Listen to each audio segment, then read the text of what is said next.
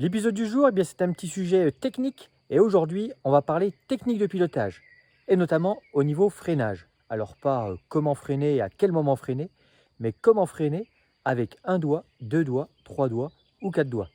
Et oui, à quatre doigts, je ne suis pas trop habitué, mais parfois sur des VAE, on voit les gens sur ces grands leviers qui ont les quatre doigts de sortie pour pouvoir freiner au cas où.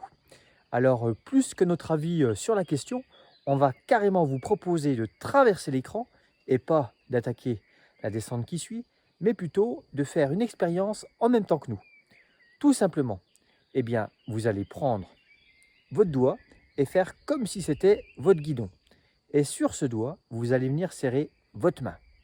Et une fois que vous aurez serré votre main avec vos 5 doigts, vous allez relâcher un à un chacun de vos doigts pour constater vous-même la différence de pression. Et là, vous allez tout de suite comprendre que dès l'instant que vous freinez avec un doigt, direct, vous perdez quasiment 20 à 25% de puissance pour contrôler votre guidon.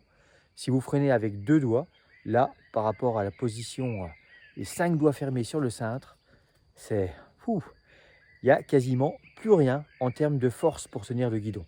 Alors 3 doigts ou 4 doigts, vous l'avez compris, il va vraiment falloir apprendre à freiner avec un seul doigt, régler ses leviers correctement, justement pour pouvoir avoir un maximum de puissance au creux du levier.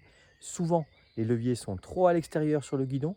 Il ne va pas falloir hésiter à les mettre un peu plus à l'intérieur pour que justement votre index tombe au bon endroit pour avoir un maximum de puissance, maintenir un maximum votre cintre et dorénavant quand vous regarderez des photos ou des vidéos de descente où c'est full gaz, full attaque et que ça va très très vite, vous comprendrez pourquoi il n'y a aucun doigt sur les freins parce que forcément faire le choix, s'engager avec les 5 doigts, poignets en coin, serrés sur le guidon, forcément, ça peut avoir ses avantages en termes de contrôle du dirigeoir.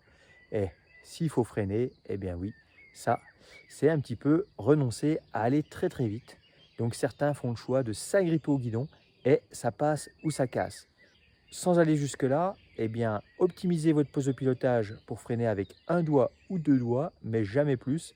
Mais avec cette petite expérience, je pense que vous aurez compris que la solution idéale, c'est vraiment de freiner avec un seul doigt.